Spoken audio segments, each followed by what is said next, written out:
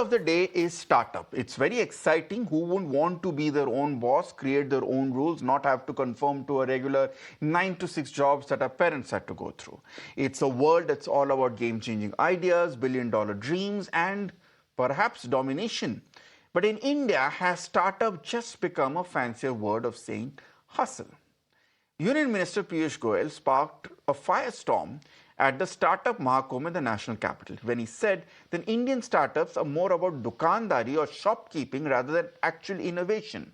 He even pulled up a viral creative that compares India's startup focus with that of, say, China's. While India focuses predominantly on food delivery and instant grocery delivery apps, China is leading in EVs and battery tech. While India churns out fancy ice creams and cookies, these were words which were specifically focused by Piyush Goyal, China is building semiconductors and AI.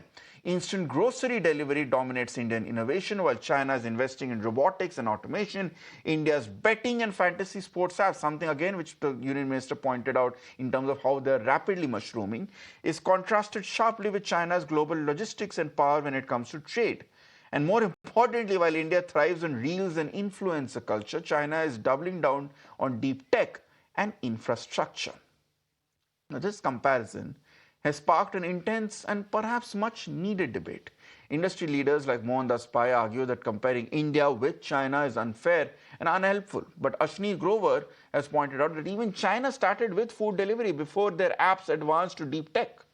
Aadit Palicha reminded critics that it's easy to dismiss internet startups, while Anupam Mittal highlighted India's lack of capital and ecosystem and growth and commercialization. But beyond opinions, let's go to the numbers, which is why you come to us for going beyond the headline. China commands 40% of the global venture capital funding, while India lags at just 5%. Over a decade, China has invested a staggering $1.4 trillion in tech compared to India's $150 billion. Between 2014 and 2024, China pumped in $845 billion into startups, where India has pumped in just $160 billion. When it comes to deep tech funding, China has secured 35% of startup investments in 2023, while India has only seen 5%. Even in R&D, China is leaps ahead, spending $496 billion against India's $23.45 billion, with a workforce of 2.2 million researchers compared to India's 9 lakh. These numbers are staggering.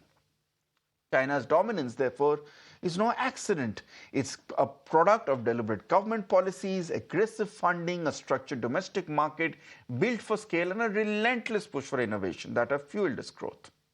In contrast, India's startup ecosystem faces major roadblocks: funding shortage, concerns over profitability, lack of focus on high-tech industries, tighter capital access, and unpredictable regulations.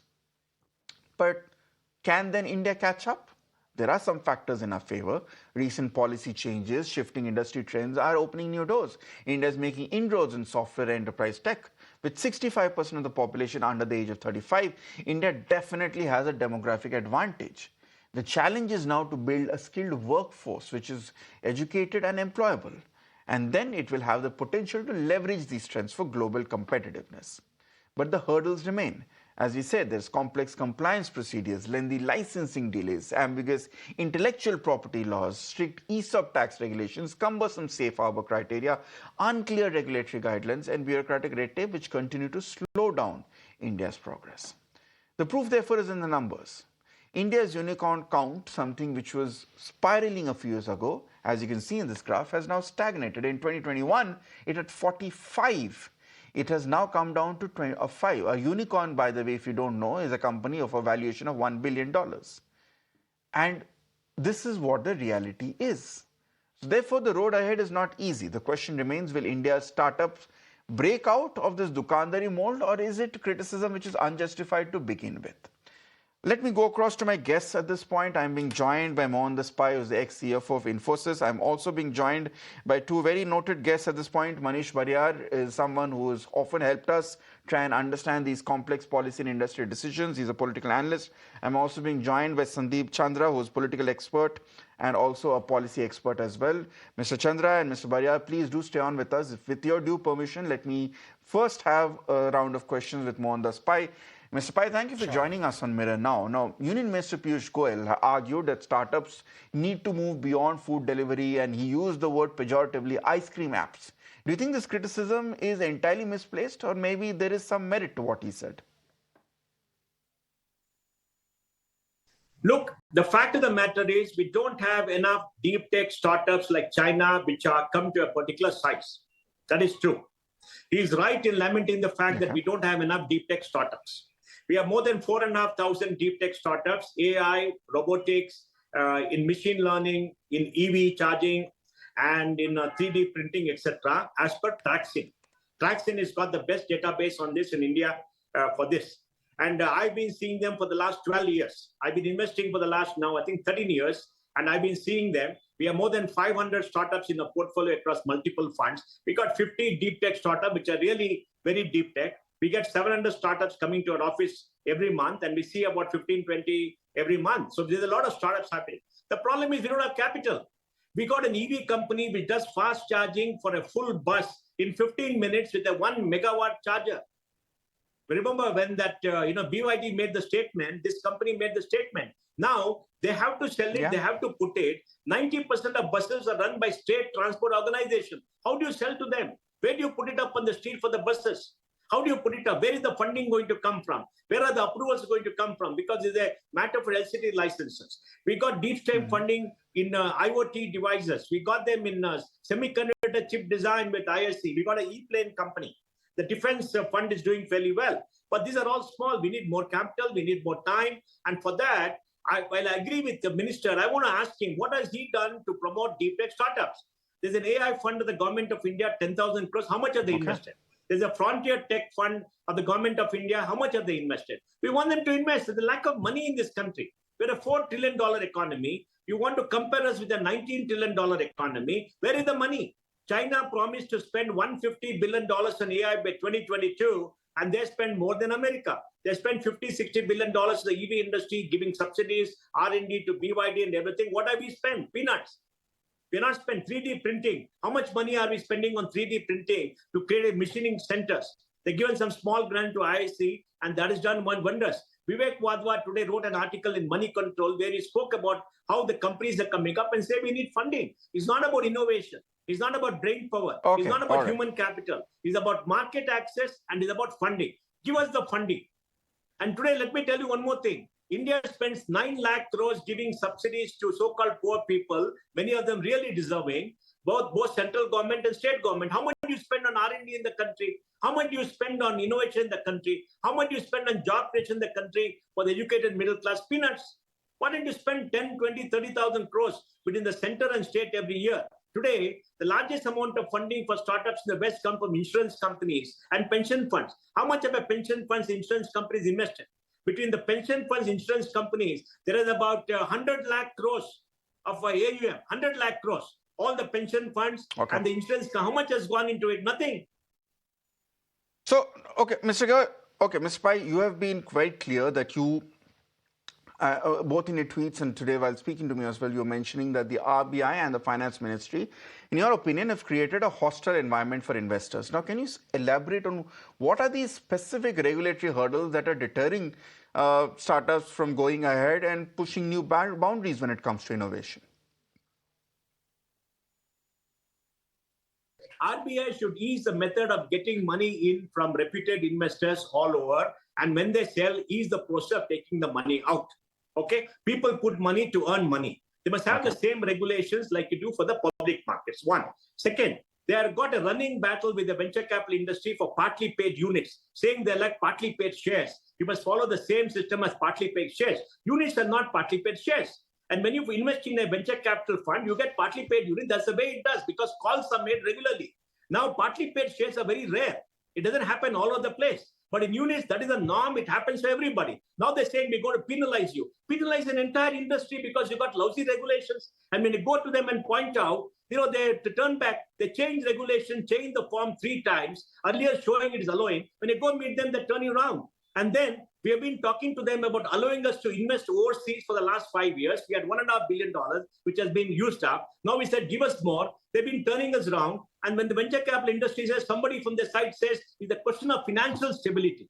Financial stability for $2 billion. Will this country fail for $2 billion? How do you get technology if you can't also invest overseas? Companies want to go overseas, they have to go overseas. And getting in money, paying subscription for anything is a nightmare. You know that, right? They don't allow you to have foreign exchange account. Look, all these they must ease up because we are a $4 trillion economy going to $10 trillion. SEBI put a lot of burden on, venture capital funds in the last 2 or 3 years, treating them like small investors. Venture capital funds, investors are sophisticated investors. They don't require SEBI's protection. Nobody's asking them for protection. You increase the level, say a minimum 2 crores have to be invested, 5 crores. They don't require a protection. It's done by agreement with them. They put in a lot of regulation which are unnecessary. Get this approval, get this for what? Because these are sophisticated investors. If there's a fraud, they will go to court or do something. We have a broken justice system where you can't get justice in a court. Now look at all, if you're an angel investor, send you a notice. What is the source of money? What is this? And then ask the startup, give me all their income tax return for 3 years. Give me their balance sheet. What are startups supposed to do, man? Why are they supposed to? They're supposed to have only the PAN number and make sure the money comes by check. That is their job. So long as they've done that, that is okay. Okay, so Mr. Pai, you are very strongly criticizing the lack of capital and regulatory support, and it's evident from the passion in your responses to how strongly you feel about it. So let me then put you on a spot. What are the 3 concrete policy changes which you feel the government must implement immediately to fix this? Okay, 1, have a deep tech fund which gives out 10, 15,000 crores along with other funds, not more than 20% to a venture capital fund and 20% in any capital raise, and run it by an expert committee consisting of people outside the government every year. You're spending 9 lakh crores a year in center and state. Work with the state governments to do that. That will, make India a much bigger country. Second, work with RBI to ease out the regulation for startups and venture capital funds. Get regulations from RBI which are futuristic, which are there to take us to $10 trillion, not their control regime, and learn to treat people with respect. Ask RBI to respond to any queries sent to them within 45 days and publish how many times they have responded, not make it a black box and make them feel everybody outside is a crook. Third, ask SEBI to ease up on regulations on AIF in a very big way so that money can come easier and they're sophisticated investors, they don't require a protection, ease it up. Do all these 3 things and this can be done. And if they do that, the people will be much happier. Don't go on pushing us to the wall. Don't go on making fun of us. I mean, if Zest has raised money, there is money from investors. They're sophisticated. They're putting money. Why should minister make a remark? They're employing 150,000 people. They're giving jobs. About 10 lakh people are being employed by all the delivery companies. They're getting jobs. They're getting skills. And respect them for what they're doing. All right. So very, very strong words coming in, Mr. Pai. Thank you so much for your time and thank you for joining us on Beyond the Headline. Let me now go across to Mr. Manish Barriar and also to Sandeep Chandra, who have been waiting quite patiently while we were speaking to Mohandas Pai. Mr. Barriar, let me start with you. Now, we all know Mohandas Pai is not an ideological critic of the government. In fact, he's been quite favorable of the government's policies, whether it be political or on economic issues and foreign policy as well. So when someone like Mr. Mohandas Pai, and this is the most agitated I've ever heard him speak, with a lot of passion, he feels very strongly, that means that there is something genuinely wrong with the government, with the policies that are not allowing the startup ecosystem to flourish.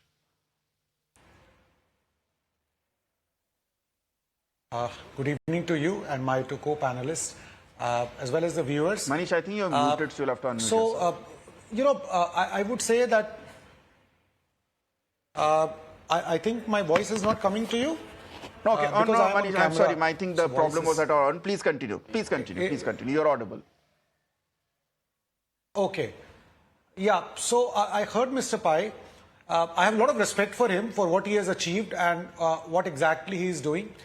But at the same time, I think he's looking at it from a very narrow viewpoint, I would say. We can't hear Manish Barriar. I think maybe PCR can come up with some clarity at this point. There's something wrong. We'll try and fix that connection, Manish. Let me go across to Sandeep Chandra, who is a noted policy expert. Mr. Chandra, the question is, do you feel that Mr. Goyal's comments was genuine and well-intended criticism, or do you feel that perhaps they were a bit too harsh, specifically, and perhaps a bit unfounded when it comes to legitimate startup models? Yeah, Mr. Bhattacharya, good evening to you. And, you asked a very pertinent question. My take on Mr. Piyush Goyal is this, that you see, he's Okay, a very I'll tell you dedicated, what, we're honest, having some problems connecting with the audio forward-looking with both my politician. guests. I apologize for that. Mr. Sandeep Chandra and Manish Barriar, my apologies. There's a technical problem that's happening at our studios.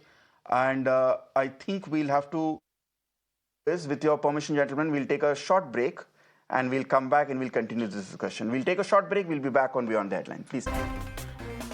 Welcome back. These are unfortunate problems with live TV, but I'm very glad to say that Manish Barriar and Sandeep Chandra are back with me, and hopefully I can hear them. I was told that our viewers could hear. There was a problem in my earpiece, which is why I couldn't hear them. So once again, many apologies to both our guests and also to my viewers as well for this problem. Manish, let me continue. The question was the question was asked at this point that Mohandas Pai is not necessarily a stated critic of the government, yet you could hear someone who is a very strong industry voice being very, very critical and very hurt by the way he feels that the government has given the assistance, or the RBI or the finance ministry has given the required assistance to the startup ecosystem. What do you have to say?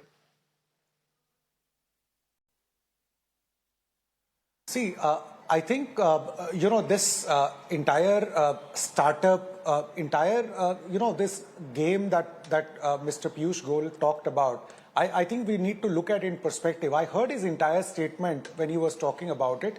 All along, he said that I have a lot of respect for all these businessmen and what they have achieved, and India has moved forward with them. But at the same time, I think, there was a lot of, when DeepSeek came, there was a lot of counter questions to government itself, that what government is doing. And I think as a minister and as a senior statesperson, he has every right also to question industry sometimes, that what you are actually doing.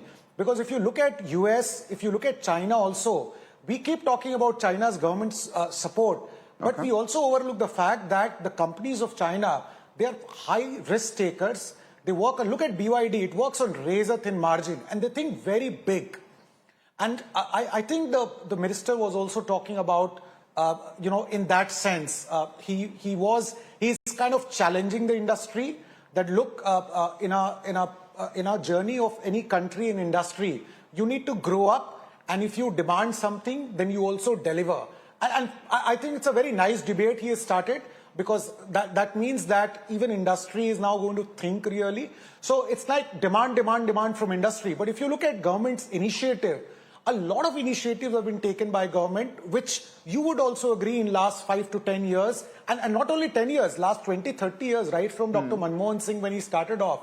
India has moved on a lot. But that big gigabytes factories, that big thinking of industry, is something which I felt that barring maybe, if you look at Reliance, Jio, maybe Birla Opus of late, one or two companies, but we have not seen too much of private investment, and especially in deep tech. Although Mr. Pai said that there are small deep tech investments which are there, but if we look at data, maybe 1,000, that's it, right? But in US, it is private initiatives, the entrepreneurs' initiatives, which really takes, nobody stops Elon Musk to really get into space. That kind of entrepreneurship, that passion is what the minister, it seems, was talking about is missing. And we are too involved and engrossed. Although I think so you are all saying along, this if you was, look at his speech, so he says there's a lot of respect of that. From that constructive perspective. criticism.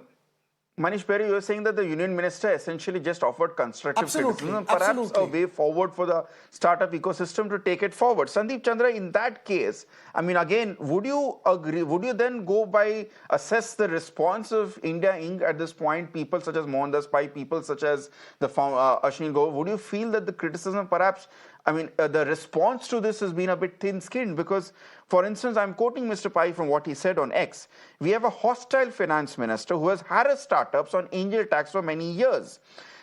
Mr. Piyush Goyal should not belittle our startups, but ask himself what he has done to help deep tech startups. So evidently, if this was indeed constructive criticism, it has not been taken so by the startup ecosystem.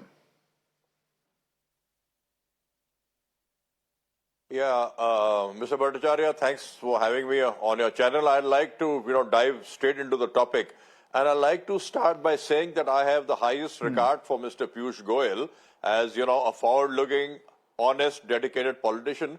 But really speaking, you really can't compare India and China. It is like comparing, grapes and mangoes. Fact of the matter today is this, that, India under Mr. Modi has taken strides, giant strides towards startups, towards unicorns and unleashing forces of enterprise. Also, I would like to say that, what Zepto has done is absolutely mind-boggling, a pat on the back of Mr. Aadit Palicha. I would also like to say that, there is a different setup in China, there is a different setup in US, the dollar rules the world and is the world currency, and different setup in India. Okay. But I would like to tell Mr. Mohandas Pai that Indira Gandhi plus Jawaharlal Nehru plus Rajiv Gandhi couldn't do for the country what a single person, our most respected Prime Minister Modi, has done. And I think Mr. Piyush Goyal should take a leaf out of our respected Prime Minister's book, because you will never find Mr. Modi, even offering a little criticism of startups, because he is the man who has unleashed, the forces of enterprise. He is one person since independence, never has red tape been removed so fast as in the case of Mr. Modi. So I would like to tell Mr. Pai that, it is easy to criticize, but fact of the matter is this: in the current environment, I think the government has done very well. Let us not compare ourselves with China, because that is a wrong comparison. What we should do is No, but that is what the Union Minister was doing, Mr. honor Chandra. these startups. And that was what the Union Minister was doing. Yeah, but he you see, did compare us to what China has been doing in that very infamous, but... Correct. Yeah, go on. Yeah, I would like to, can I continue? Yeah, I would like to say that, he was saying that. Yes, go on. But fact of the matter, whether it is food delivery, for giant foundational AI setup, you need a much bigger internet companies. And I would also like to criticize the opposition. Despite the opposition today, what does the opposition do? They are not talking about, about development. They are obsessed with Ambani and Mr. Adani. What Mr. Adani has done is also, you can be anybody's friend. What he has done, even in AI, he is investing in AI, he's investing in startups, he's investing all over the world. Is Mr. Chandra, with all due respect right now, the opposition has not really said a lot on this. This is not... Mr. Chandra, no, Mr. Chandra, again, we don't have a lot of time to go into that sort of debate. The opposition, I don't think, has said much, or nor is it a stakeholder. This is a very clear industry debate that's happened between the government, and the startup ecosystem. And let's keep it on those points. Manish Barriar, the point which Mr. Chandra was making is that at the end of the day, when Mr. Piyush Goyal compares what India has been doing... One second, Mr. Chandra, I'll come to you. Mr. Barriar.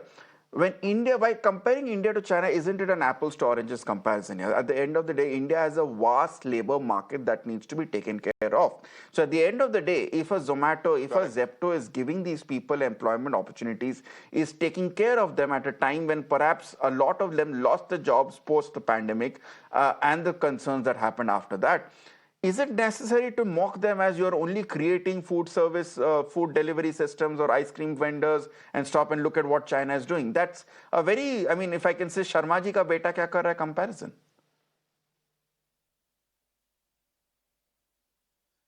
So, Ritangshu ji, I would beg to differ because again, I'll go back to speech. I actually, listened to him very carefully because I was a bit, taken aback when I read the headlines that, Mr. Piyush Goyal, of all the person in this cabinet, has said something like that.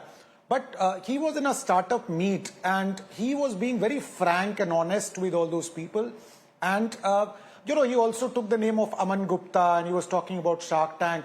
So, but he had come prepared. He had a list and he actually said that, look, I have these 3 lists. And can I really speak? So he spoke to the organizers, can I speak my mind? And he is also a senior statesperson, right? He's a chartered accountant. He's moved, he has a lot of experience. I think he was also talking from the point of view of Indian aspirations. Isn't it when DeepSeek came, when you and I discussed, and we kept discussing about why India cannot have this kind of a foundational generation, Gen AI. I think this question comes to every Indian. And that question came to him as a minister also. And probably he expects more from industry. Because if you see Indian, INC, all said and done, we've also had a very kid glove kind of a relationship with the government. Everybody fets them. Okay. So I Manish, don't think they've taken this let me grill you on specifics. You just said perhaps he grills, perhaps Mr. Goyal. Yeah, Manish, sure. Manish, answer me this. You just said that perhaps the Union Minister, Mr. Goyal, expects more from this industry. In your opinion, what are these places where the industry has fallen short, which perhaps the minister was looking at? Yeah, so I would say that if you look at private investments of late, and which finance minister has also been talking about, it's quite stagnant. It has come down, and it seems that a lot of industry people, the giants also, they look at short-term profitability and investments and R&D. Because if you look at, and you would know more, if you look at US or UK or most of even China, the university industry collaboration and the kind of funding which companies which we provide to universities for an R&D, let's even take up that. It's huge. That kind of a culture of giving to academia from industry is something which is very starkly missing here. Everybody is demanding only from government, but what are you doing? What kind of money you are pouring into industry to really build that R&D? I think that's a moot point, and which I think minister has every right to really demand from industry. It's a two-way street.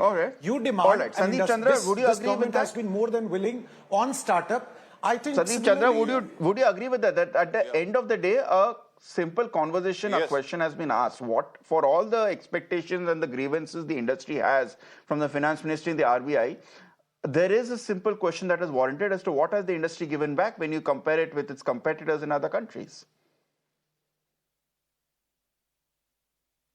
You see, you are very right. The industry also needs to self-introspect, and they also need to give back to startups, to the environment, and you see also see what they can do at their end. It is very easy to criticize the government, but let me tell you that today this government, what it has given, especially to the startup industry, it is unprecedented. And I think this criticism is totally unwarranted. And they also, you see, need to, walk the extra mile and also introspect, think about it, and also out of the box thinking that you raise capital.